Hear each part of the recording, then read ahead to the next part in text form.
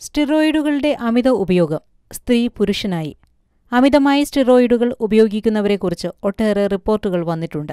പക്ഷേ സ്റ്റിറോയിഡുകൾ കൂടുതലായി ഉപയോഗിച്ചതുമൂലം ജനനേന്ദ്രിയത്തിന്റെ രൂപം മാറിയതുവരെ എത്തിനിൽക്കുകയാണ് കാര്യങ്ങൾ.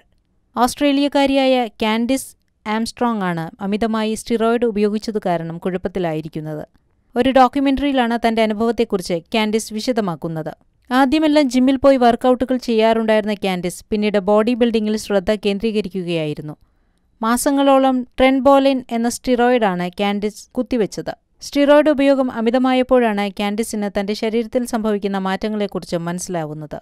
ആദ്യം ശബ്ദം മാറുകയായിരുന്നു. പിന്നീട് ശരീരത്തിൽ അമിതമായി രോമവളർച്ചയുണ്ടാവാൻ തുടങ്ങി. ആർത്തവം നിലച്ചു. പേശികൾ ദൃഢമായി തുടങ്ങിയതോടെയാണ് കാൻഡിസിന്റെ ശരീരം പുരുഷ ശരീരത്തിന് സമാനമായി മാറാൻ തുടങ്ങിയത്. കാഴ്ചയിൽ കാൻഡിസ് ശരിക്കും ഒരു പുരുഷനായി. ഇപ്പോൾ പുരുഷ രൂപത്തിൽ നിന്ന് വീണ്ടും പഴയ രൂപത്തിലെത്തുന്നതിനു വേണ്ടിയുള്ള പ്രയത്നത്തിലാണ് കാൻഡിസ്.